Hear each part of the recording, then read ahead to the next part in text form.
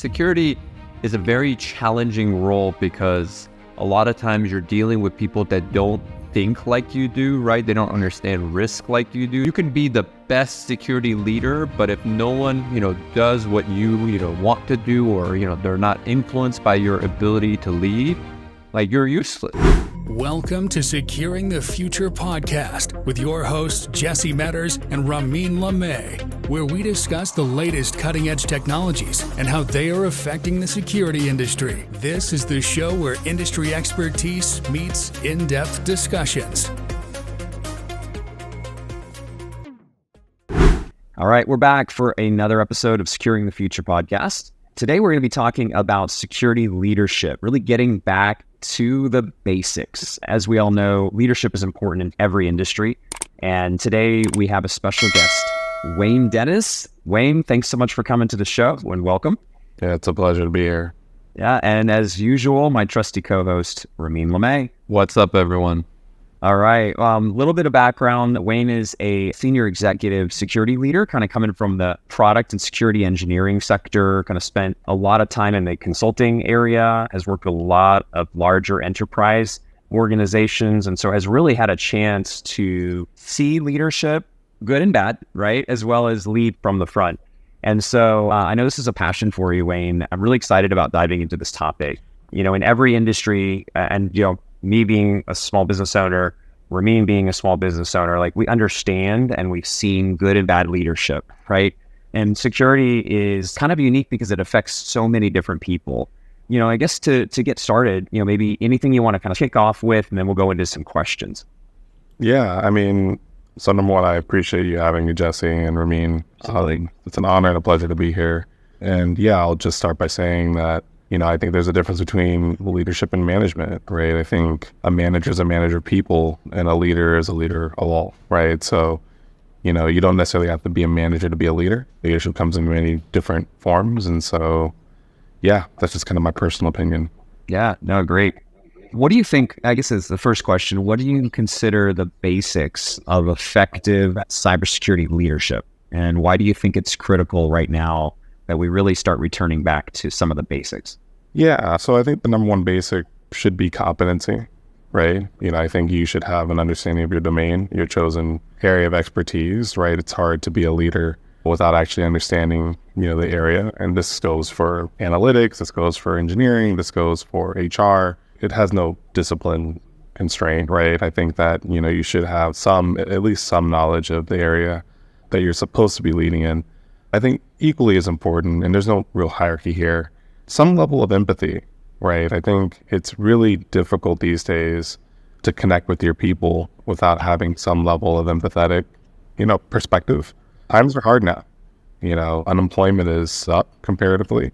Jobs are getting harder to find, especially in tech. And so having that perspective, just understanding that, everyone's struggling, right? Whether they're employed or not, whether they're doing well or not, right? There's some level of struggle associated with that. And I think the best leaders can channel their empathetic, side of themselves and connect with their people that way. And then the final is, I think, the bias to action, right? Being able to make a decision, execute. You'd be surprised how often some leaders don't really come in with the perspective around making an actual decision. And, I think there's a difference between empowering your people, right, and giving them the options and the choices. I think that's super important. We definitely want to empower our people to make the most effective choices possible, but sometimes it's up to you. And I think that this piece is somewhat forgotten amongst a lot of executive leaders, that at the end of the day, they have to be the ones to make the decision and own their decisions, right? Own the decisions that they make. Accountability is equally important in that sense, where when you make a decision, irrespective of the impact of said decisions, it's important that, you own those decisions and you own whatever comes with that. And that's kind of what comes with being a leader, right? That's the difference between someone that leads and someone that doesn't. That's my perspective on it. What are your thoughts, Jesse? I'm curious. I think one of the things is, like, when you look at a cybersecurity leader in an organization, that person can be a great leader, but if they are not surrounded with other great business leaders, it makes their job even more difficult, right? And so I think we've seen that a lot, especially at public companies, where you see a major breach happen and then it's the blame game, right? Those leaders are not willing to take responsibility for their role and their part to play in the lack of a breakdown of security. And then, the CISO becomes the scapegoat, right? Everybody puts blame and focus on that one person. Whereas, there needs to be, in my opinion, at least the spread of leadership responsibility for security across an organization. I don't know, Ramin, what are your thoughts on that too, from what you've seen in larger organizations? Yeah, I would agree with you guys. And I would just kind of add two more traits, right? So one would be, a good communicator, right? Security is a very challenging role because a lot of times you're dealing with people that don't think like you do, right? They don't understand risk like you do. So you have to really bring the context to them, right? In their examples and their, niche in the world, right? And kind of give them examples of what those risks could look like, where they could go, right? So I think that's really important. And then the only other two I put down were like influence, right? Having the ability to influence, right? You can be the best security leader, but if no one, does what you, want to do, or, they're not influenced by your ability to lead, like you're useless, right? You're not impacting an organization. And then the last one I put down is just having the right mindset, right? Every organization I've worked with is different. If I went into every organization with the same mindset, I would fail every single time, right? So you have to kind of open yourself up whenever you're, in a leadership role to what does the situation look like? Who are the players? What are the rules to this game that you're going to be playing? And then figure out how to be effective in that role, right? And I've seen every situation just be different, even though, we're still kind of applying similar frameworks, similar type of tasks, similar kind of goals to reduce risk. But, with the different parameters, you have to really be an adaptive leader, right? And really figure out how to be effective in your situation and then be a really good communicator. I would say that's the only thing I would add to what you guys said. Yeah. I think the next area that I hear a lot, right, especially when we're doing like, let's say a search for a CISO or for a head of security, is understanding kind of for the CISO specifically, or for the security leader. It doesn't have to be, chief information security ops. It could be another role that's leadership within an organization for security. And Wayne, I guess this would be kind of a starting question for you, but how do you approach kind of the balance of the technical expertise that we know is necessary to understand the domain and the threat landscape and all of the factors, but then that combined with the leadership skills of actually leading a cybersecurity team? I think communication, influence, et cetera, I think those are table stakes. So when I say things like competency, right, I think if we're talking about a CISO, right, I think we're past the point of debating whether or not a CISO is or should be treated as an executive level role. And so for executives, right, irrespective of whether or not you're, a senior VP or, C-suite, executives, there are certain things that across all competency domains I expect, right? I expect influence, I expect communication, clear communication. I expect baseline competencies, right? Those are things that I expect. I think the difference, right, between one executive to the next is their track record of decision-making and their impact. Right. That to me is kind of where I draw, or differentiate between one executive versus the other. So you asked a question around, balancing, the technical skills versus the business skills. I think it's insightful because, I think that, for a long time, the CISO role, right, has been considered a very technical role, right? It's been considered the super programmer or the super engineer, right? As it relates to cybersecurity, right? Someone that's supposed to know all, be all, and do all. And I think that over time, as the CISO role transitioned into more of an executive level capability, right, it's now become known as and identified as a business centric role. And with that business centric role comes all the traits and qualities that we discussed. And no less, right, is cybersecurity important, right, to have knowledge of as is finances to a CFO. Right. I expect baseline financial competencies, but I don't necessarily know that I need that person to be the smartest security engineer at the company. Right. That's not necessarily the case. I don't necessarily know that I need that CISO to be the deepest. I do expect a level of experience. I do expect a level of wisdom. I do expect a level of decision making that is appropriate for the right context. And I think that's part of the reason why I hold on so much to Ramin's words around mindset. Right. Are you bringing the right mindset? Can you context shift, right? Given the right organization, the mindset that you bring to an IR root cause analysis is a lot different than the one that you bring to a board readout, right? There's a level of getting down to the TTPs in one versus, the top 5 controls for the other, right? And I think that's super important to kind of differentiate and delineate. I think that the executive that does that is a true executive. The executive that can do that and communicate, right? Communicate clearly and influence clearly. That's the person that you want on your team, right? There are people that go deeper. Frankly, if you're the deepest person on the team as a CISO, then you're probably not the right CISO. In my opinion, that's a very personal opinion, right? That's probably not the right context, because there are people, frankly, that you want to go deeper. You want, the malware reverse engineers on your team. You want the hardware security engineers. You want those, the penetration testers, right? You want those individuals to be really good at their jobs, right? You want them to specialize. But for the CISO, right, and for the head of securities, if you will, right, you need them to be not necessarily generalists, right, but you need them to be jack of most trades, right? You need them to be able to context shift. You need them to be able to influence. You need them to be able to communicate. So for me, it's less of a question of, towing the line between being super technical and being super quote unquote high level, and knowing more of when to deploy both, right? When to deploy either. There are conversations that you need to be able to drive with your engineering leadership, right? And there are also conversations that you need to be able to drive with your board observers, your board members, and your C-suite, right? The CISO that can do both is the CISO that I need on my team. Jesse, I have a question for you, right? From a recruiting background, how often do you find your clients to know what they need and then they fill that role with the right person? Like, is it a 50-50? Is it, 75-25? Because, it takes time to figure that out, right? And doing it in 2 or 3 interviews is really a difficult process. Well, first of all, it's definitely never 2 to 3 interviews. Show me the CISO size. That's 2 or 3 interviews.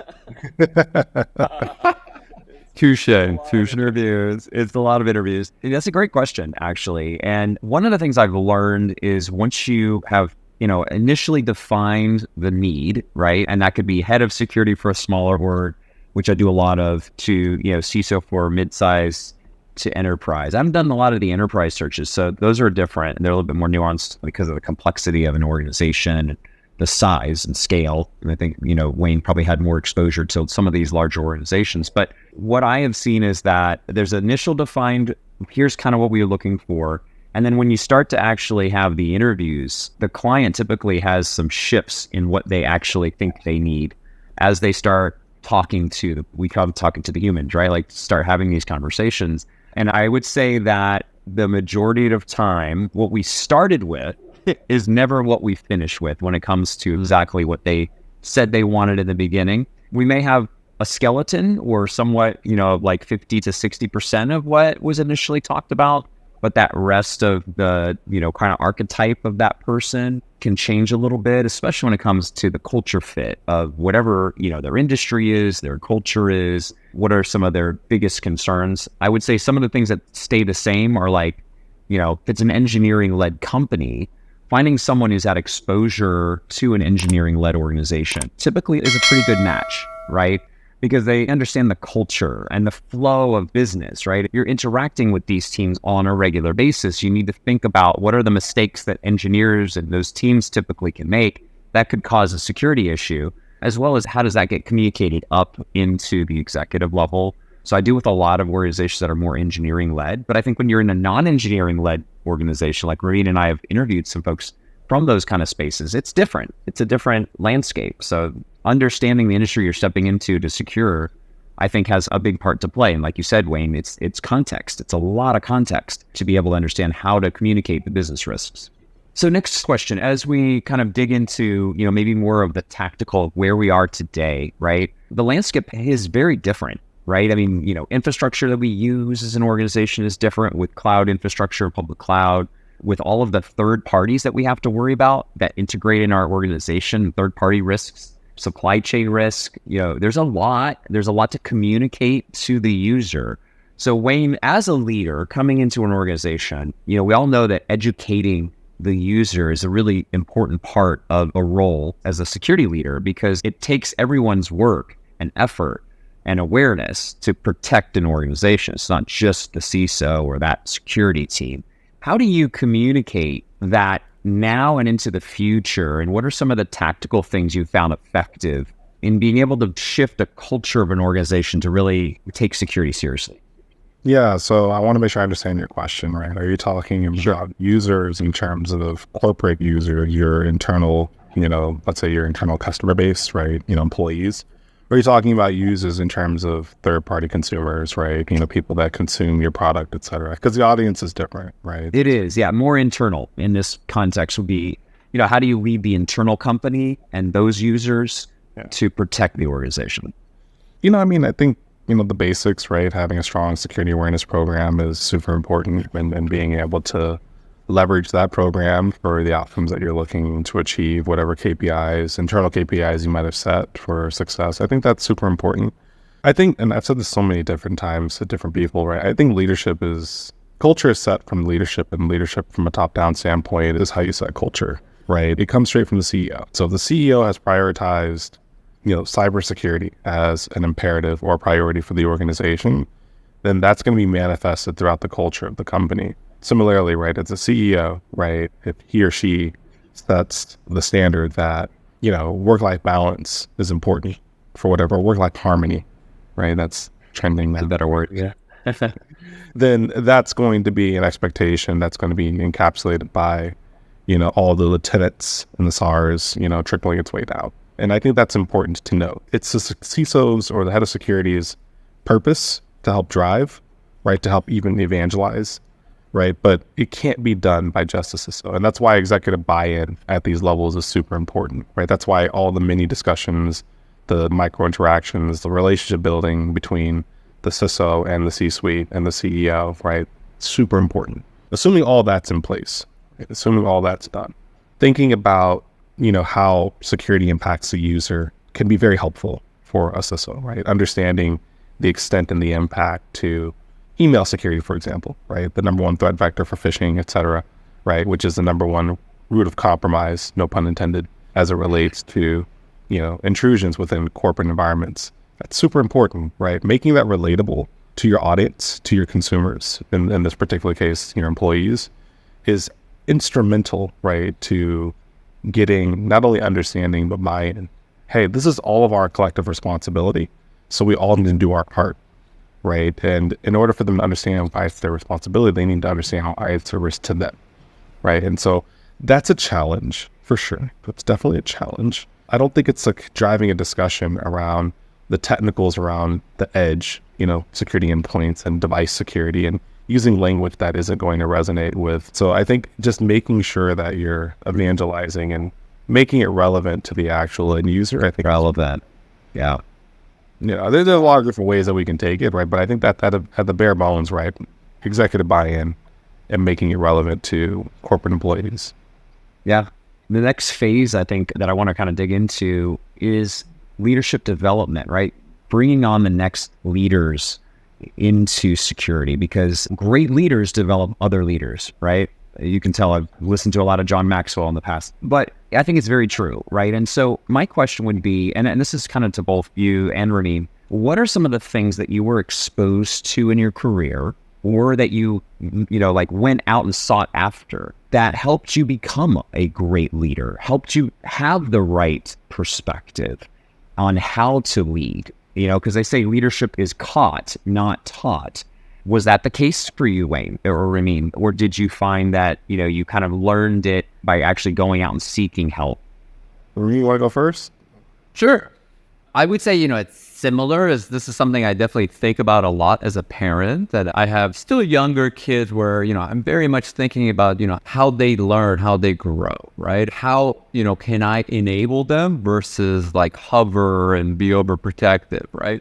I think it's the same for leading an organization or people, right? You have to find the right balance of pull and push, right? One of the best ways that I learned was when I failed. I remember failing as a manager where, the approach that I had, when I say failing, not necessarily meaning getting fired, but it was more intended in terms of my effectiveness, where, I was very effective as a manager level, for example, but I was terrible as a director, right? That was a shift in how I was to show up and what I was doing, and really changing that approach. And I learned, and I say it, learned through failure, more than anyone else could have taught me. And I had the opportunity not only to fail in a safe, relatively safe way, meaning, I wasn't fired for it.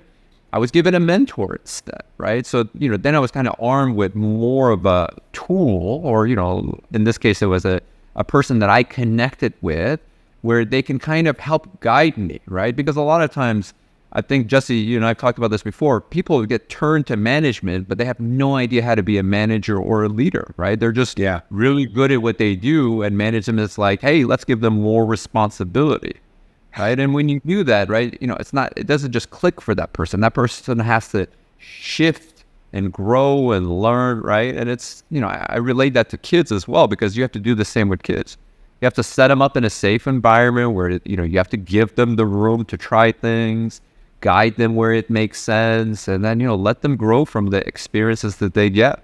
I echo a lot of Ramin's thoughts. For me, and I don't know that I'm a great leader, right? I only know what people tell me, but I do think that I'm decent, right? And given that if I have any success at all, it's probably attributed to your point, Jesse, the leaders that I've had in my life. I don't believe that leaders are born. I don't. I do believe that leaders are bred, and there's a nuanced difference there. I was privileged and lucky enough to have some of the best leaders in the industry at every step of my career. There's no hyperbole there, right? I'm not exaggerating that at all, right?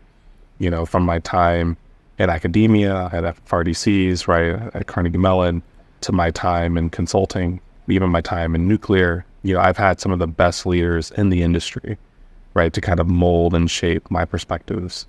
So I think I got lucky in that sense. I also think it's an attitude thing. I've always been a fairly intellectually curious person.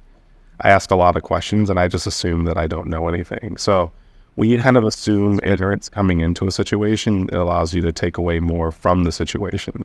It doesn't necessarily mean that you're always going to learn, right, something you didn't necessarily know before, but it does increase the chances of that happening.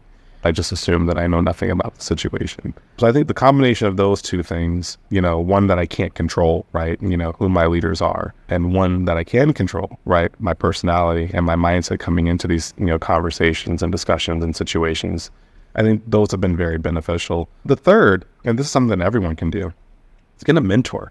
A leader doesn't necessarily have to be someone that you work for.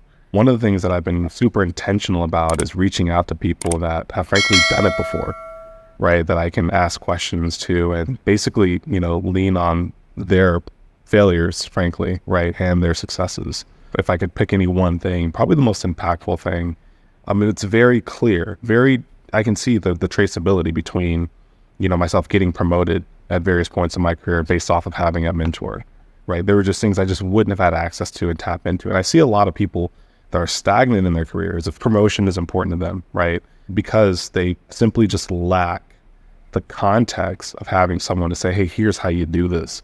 Here's how you navigate this. That's probably something I'm probably most grateful for, are my mentors. I think a nuanced perspective that I had to figure out, right? And this is something that they don't really teach you in mentor school, right? Is, You had mentor school? Yeah, where do you go for that one? It's a school of thought, right? But, mentor school where, the mentors that you have at one stage of your career is not quite the mentors that you're going to be able to lean on at another stage.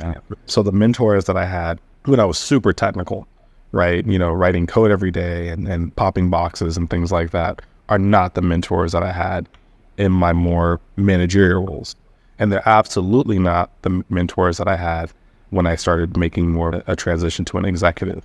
And the mentors that I have, and I do think that there is a transition period, right? I think there are mentors that help you transition to an executive, and then there are mentors that help you maintain, right, your executiveness, whatever that is, right? I think, because their mentors are also in different parts of their lives as well. Your mentor should have mentors. If your mentor doesn't have a mentor, then, that relationship or that value probably will be short-lived. So that's something else to think about, right? Those are some of the things that kind of come to mind for me as what's helped me in my career. The other thing I think we've missed, I want to make sure we touch on, is learning, reading, right? Leaders are readers. And I think if you want to progress into any type of leadership role, it's also about what do you consume? What do you read? At different levels, many times you'll read one book, and then 5 years later, as you progress, you step back into that same book and you see it completely different, right? You learn new things from a leadership book, as an example. What were some books, maybe 1 to 2 books that you can remember, Wayne, that really were impactful to your growth as a leader? Oh man, I feel like I'm giving away the gold here. Secret sauce. Sauce, man. This wasn't part of the agreement, Jesse. Oh, sorry. No. If you don't want to tell us, that's okay. No. So for me, right, it's 3 books actually. The first one was Beyond Cybersecurity. It was written by 2 ex-McKinsey partners on cybersecurity. I really appreciated that. I read that before I got my start in cyber, and I think it shaped a lot of my perspectives as it relates to not only leadership, but cybersecurity and what good looks like. It even allowed me, I think, to even differentiate myself within consulting, within Big Four, frankly, right? By having a much more strategic as opposed to a controls-based or an assessment-based point of view. You learn things, right? Like what trade-offs look like, et cetera. And so, thinking like an owner, right? And servicing your customers that way, I think that's really important. The second one is called On Strategy. It's a book by HBS. Basically, all of the HBS case study books are really good, but particularly On Strategy. I think that one was really instrumental in terms of how to address organizations that are going through all sorts of things and dealing with those cases on a case-by-case basis, right? Really getting into how to think through business problems. Has nothing to do with cybersecurity. Nothing to do with cybersecurity, at least practically, right? Yeah. But I probably bring more of a strategic perspective, again, early in my career than now. And so that's just something that I think, for me is super, super helpful, super impactful. The third is, and I think this is just recommended reading for everyone, right? Everyone should read this book, How to Win Friends and Influence People. Oh, yes. Book. That's just table stakes, right? If you read no other book, read that, because it'll save you a lot of time and kind of, knocking your head against the wall. And you can tell who's read it and who hasn't, frankly. For me at least, I can tell, right? Or at least I agree. Not necessarily who's read it, but who's learned the lesson, right? And I think I read that more of this is a lesson that I should probably learn. For me, someone that has a very strong personality, I needed that book, right? That book definitely served me. And so I would recommend that to anyone coming up or, anyone that hasn't read it. Yeah. So. Funny, I just recommended that to a group of Full Sail University students here in Orlando.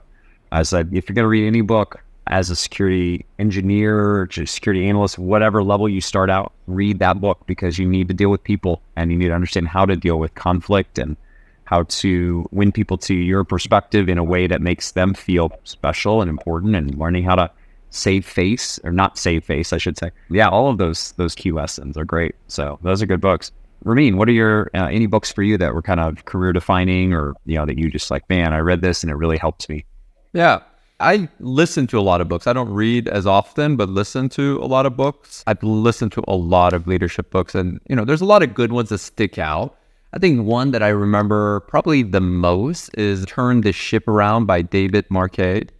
It's a really good book about leader-follower model, and then turning that into a leader-leader model where you more empower the people that work for you.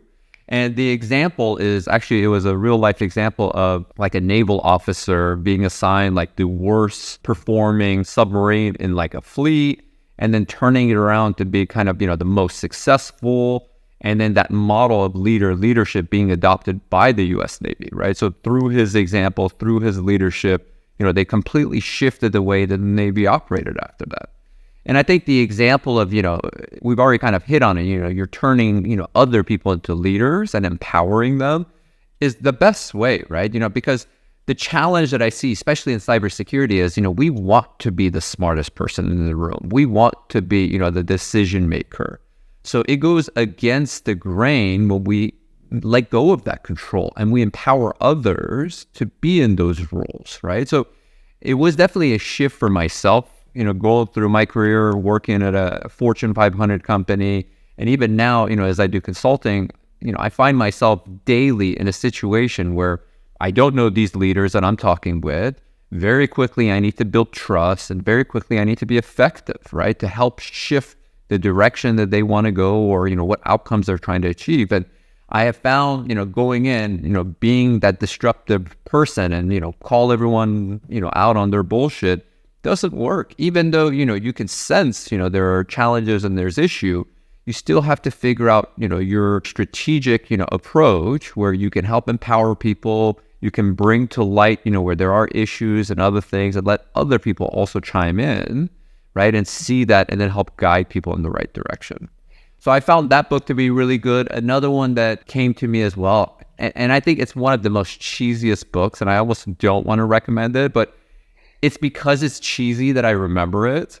It's called The Leader Who Had No Title by Robin Sharma. And it's a cheesy book. It's like a fiction book based on like the philosophy of good leadership, right? So imagine, being in a situation where, there's this person that's helping solve everything, but they don't want credit. They don't want, the leadership title. They're not in it for money. They're there just to help. And it's a really interesting concept, right? Because to me, when I first became a manager, it kind of went to my head very quickly, right? I was reaffirmed about all the, the strengths that I had, right? And I focused and doubled down on those, but I didn't really, understand some of my weaknesses, right? Like, leading versus, micromanaging, right? Some of those aspects. So the idea of, being kind of more in the background, not looking for credit, not looking to, be acknowledged for everything, and letting your team be in the spotlight was a complete shift in my mindset, right? And, hearing this cheesy book still to this day, like the examples in there stick with me, right? Even in my consulting days now, as I work with people, I will disappear, in these scenarios very quickly, but the people that I'm leaving there, I want to empower them. I want them to be in the spotlight, right? And that's really a good philosophy to follow as you think about how to lead, right? Because that leaves an impact to me. If I go in and I do an amazing job and I leave, right? If I don't turn that over and I don't have that organization going, more self-sustained, where's the value that I bring in that situation? It's kind of how I think about it. That's great. Oh, I love it. I feel like we've covered some really good lessons today on just simple things around leadership. And it's important to maintain that thought that how important that really is, right? Because if everyone takes ownership as a leader, you're going to have a much more secure organization, right? I mean, there's the reason we call it the security champion in an engineering team, right? Where you're taking a person, you're empowering them, you're training them, and you're telling them, here's areas you can take responsibility for security. And sometimes I've seen people build great security programs on a shoestring budget without having any real team dedicated. What they've done is they've empowered leaders within different groups to take the responsibility. And it makes you feel like, wow, okay, I've got this responsibility now and I'm making an impact. And I think we can do more of that as we continue to see these threats become more complex, more challenges out there with the landscape changing. Simple leadership, right? Simple empowering new leaders, staying humble, don't letting things get to our head where we have to be the smartest person in the room, like, has been mentioned today. I think these are great lessons learned. So Wayne, we really thank you so much for taking some of your time to come on and share your wisdom and what you've learned and, what you've been instilled from great leaders that have helped you. And we hope that this would inspire many that are out there to give back, and for those who are looking to become a leader, get a mentor. Like Wayne said, I totally agree with that. That's a very important thing. Read, find great books where you can learn what other people have already learned and then now implement it and create that right mindset. So any last thoughts, Wayne, before we go? Like, follow, subscribe. No, thanks for bringing me on board. This has been fun. It's been really, really fun. I've enjoyed the discussion. Ramin is a wealth of information. I thoroughly enjoy. I actually, while you were chatting here, I just put your book recommendation to my Amazon cart. The Leader Who Had No Title. I actually am a really big fan of that. I don't like the spotlight, frankly, and so, and that's part of my mantra. My inner mantra is to help enable others. So I'm curious about this book, and I'm gonna pick it up. But yeah, this has been fun. Definitely, we'd love to have you on again. Well, thanks, guys. Thanks so much, Manny. Appreciate you. Yeah. Cheers. Have a great day, all. Cheers.